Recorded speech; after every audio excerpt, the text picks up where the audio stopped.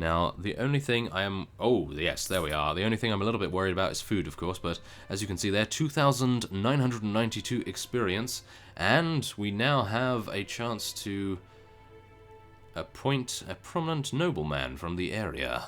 He will be the keeper of your seal and conduct the correspondence between you and other important persons. So yes, there we are.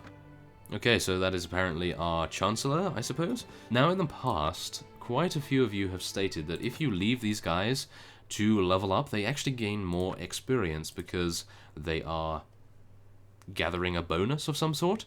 And I think we'll try that out just now, shall we? Let's do that. So previously we were able to gather 2,995 or 92 or whatever, and now we have gained 3,088, so it does work. Thank you very much for that tip. That is going to be very nice indeed. Okay, so unfortunately it has gone down since previous, and we are now only gaining 2,800. So I believe that is mostly due to Saltcliffe being raided, and yeah, various other things happening, I suppose. But, that is a little unfortunate, I must admit. Okay, well, we will wait for one more day, and then we will recruit as many units as we can, as many as... Oh. Okay. Well, I think what we will be doing instead, then, is defending this, but after that we will counterattack almost immediately, and we will head to the enemy's stronghold at Pike and forever siege it as much as we can.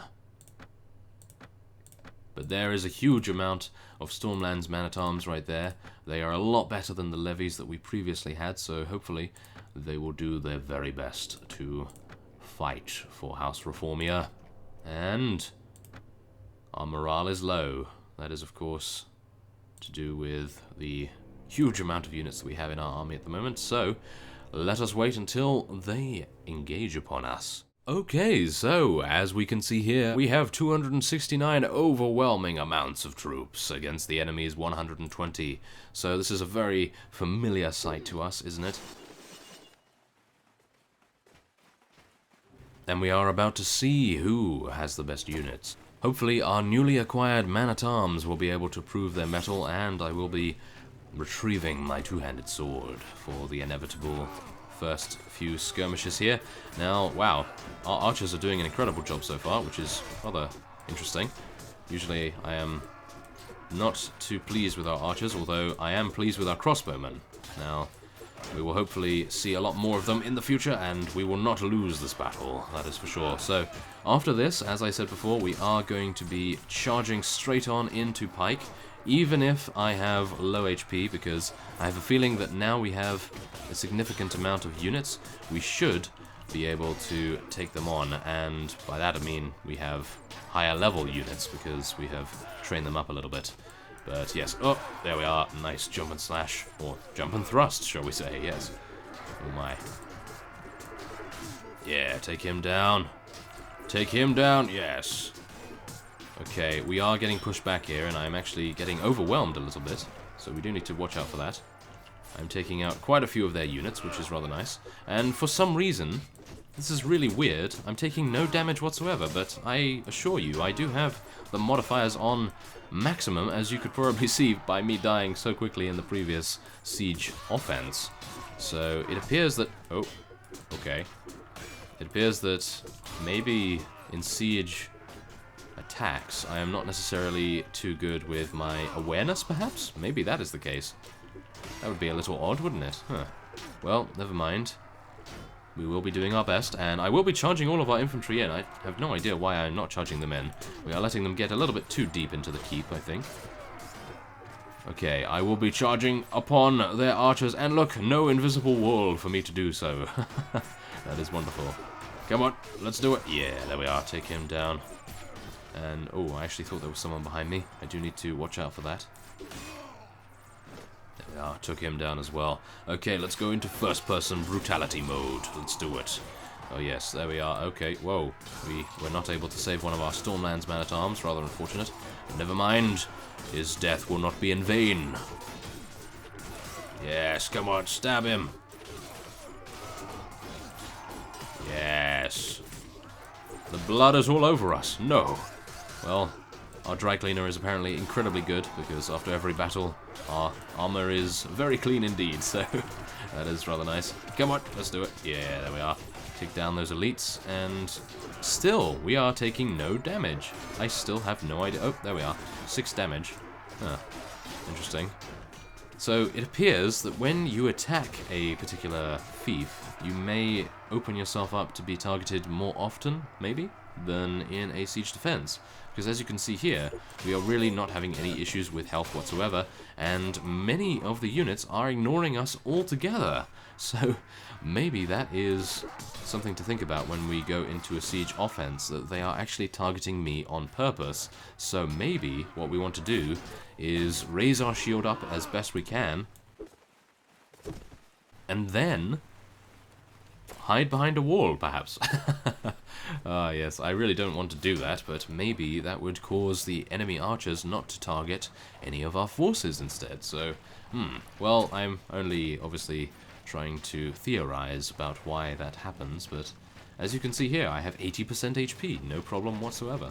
But it appears that there is one archer remaining, and we will have to head out there unless our archers are able to take him out. He is taking damage, and he has quite a few arrows sticking in him already, and I'm really surprised that he is still firing. Oh no.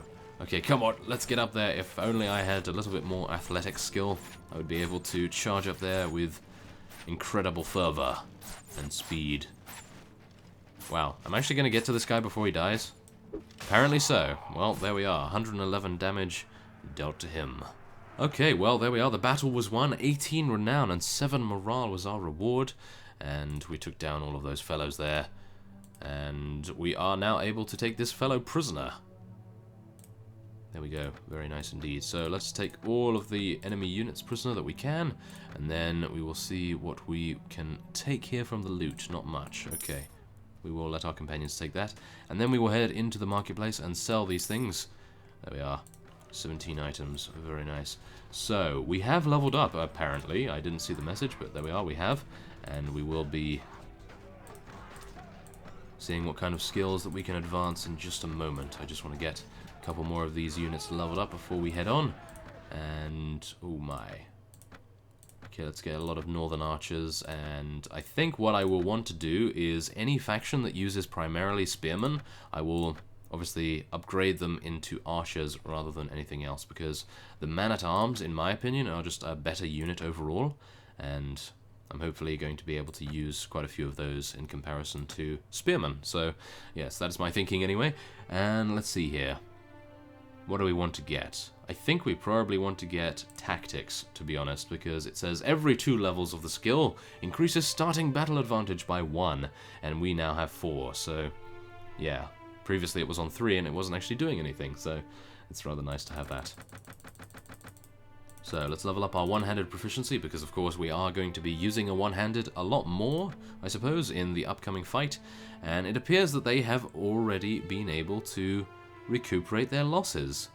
This is very strange indeed. Ah, well, we have 204, and our units are pretty healthy. I think we might want to try it once more. I mean, we have to. If we are not able to take this, then there is nothing we can do about preventing any counterattacks to Lordsport and Ironholt, because if we are able to, I suppose, take Pike, then we will be able to recruit so many patrols and have a huge garrison in each of these town centers, castle centers, I suppose, and then we would have a very secure island indeed, and we would be able to move on over here to take the remaining fiefs from the Iron Islands itself. So I will be cutting away just a moment. I want to check out the map a little bit. I don't want to waste your time with that, and then we will be heading to Pike.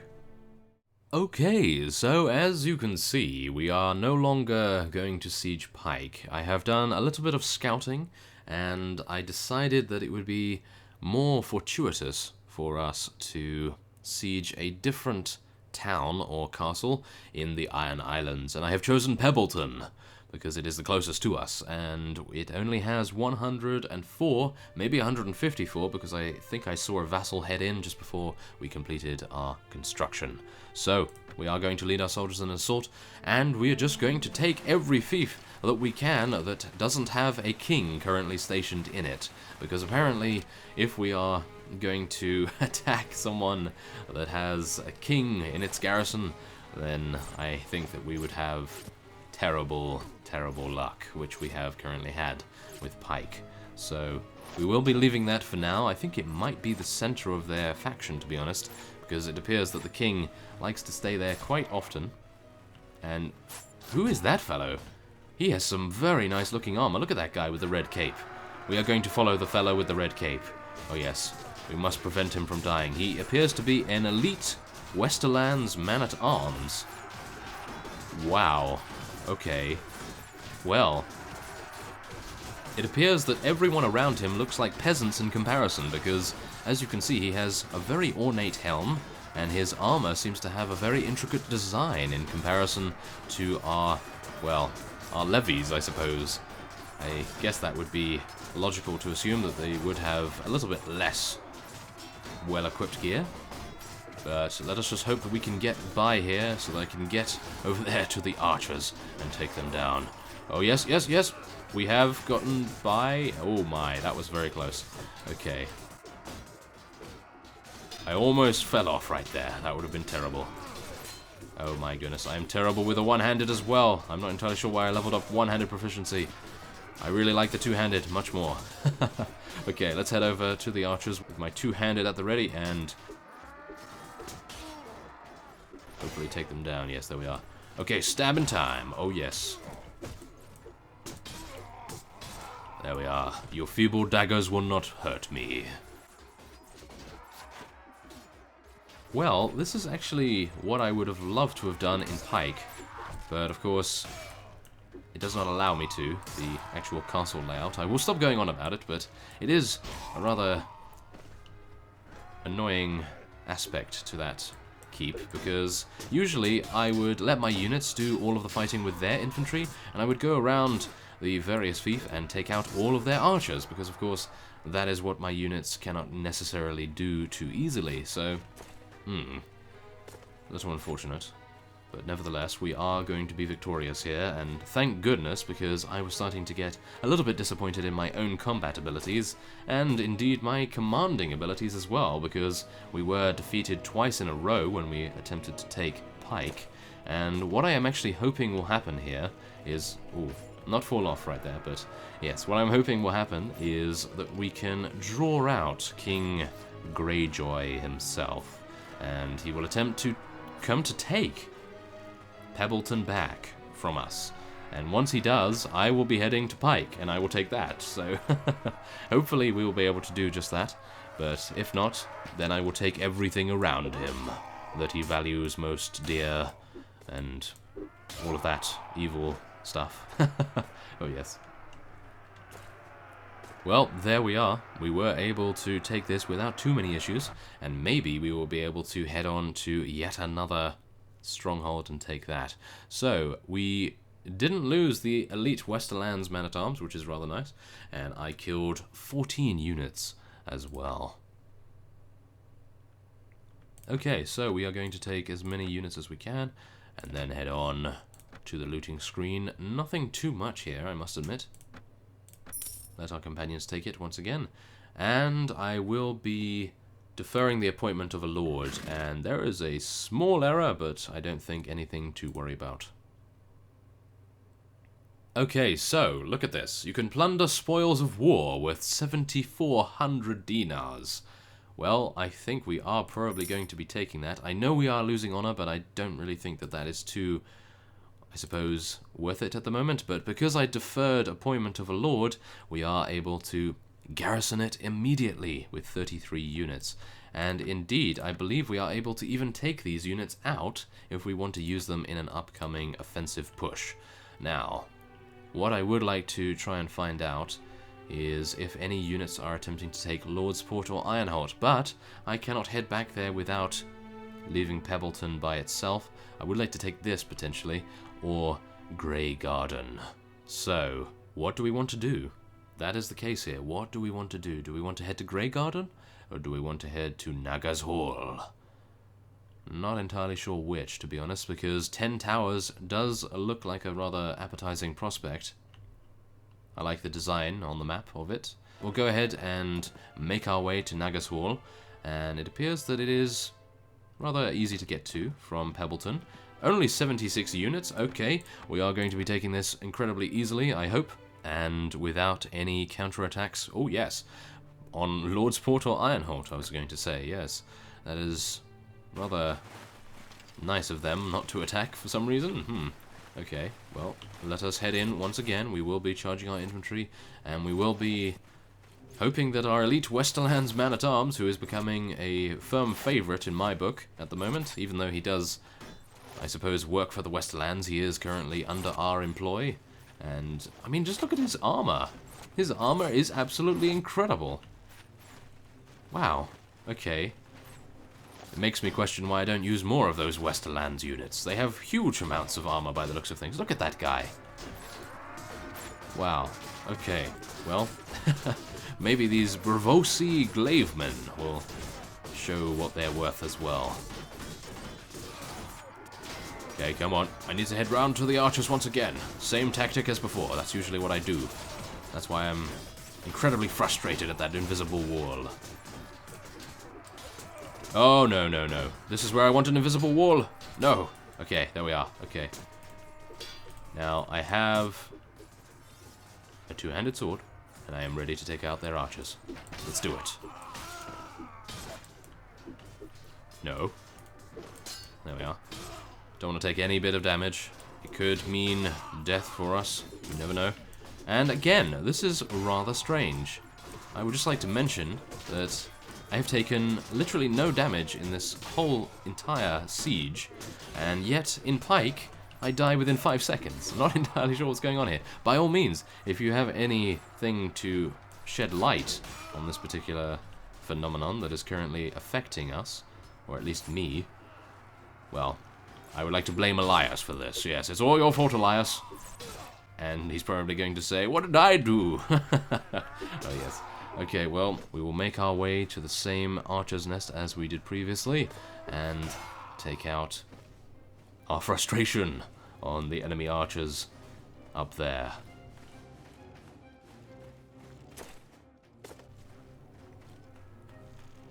Oh, yes, I can hear them drawing their bows, drawing their bowstrings back to fire at our units. That is not very nice, that is for sure, but we will teach them a lesson in just one moment.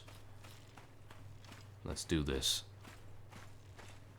Oh, there's actually one on the courtyard right there. And he is going to be outnumbered very, very quickly indeed. Okay, I have to do some dodging. Maybe not. One of their Ironborn Axemen was able to block the shot for me, or at least the archer didn't want to fire when he had. So, I think what is currently going on here is these units are lower tier and indeed have lower gear than the other fellows that we were fighting in Pike, because it appears that these fellows here cannot penetrate our armor values. However, in Pike they probably can, because they have better gear, better arrows, better weapons, and so forth, and that is probably the main reason. So, I suppose I have answered my own question right there, but nevertheless, I'm still a little bit disappointed that I cannot jump off the ledge.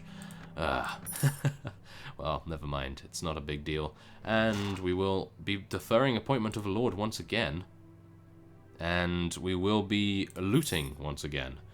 And usually I do not do this. Usually I do not loot. But in this case, because they have 7,300 dinars, I will be doing that. And we will just level up a couple of our units here. Man-at-arms, very nice indeed. Oh my goodness, look at that. 34 man-at-arms, absolutely incredible. Let's get some more archers, more northern archers and Sisterman archers, and some more veteran Dragonstone man-at-arms as well. Oh yes. Look at that. Our first elite Stormlands man-at-arms, since quite a while ago, have now come into the fold. Very nice. Okay, so there is Naga's Hall. We have taken that and Pebbleton, and Pike is the only one still standing in between us. And as you see, all of these other fiefs are incredibly easy because, of course, the king is not stationed there, so, we'll have to deal with him sooner or later, and I'm hoping we will be able to take maybe Hammerhorn and Blacktide in times to come. So, I will be ending this session off here, and as a result, I will probably split both of these episodes into an even duration, and so I hope you enjoy them both. I thank you for watching, and I will see you next time.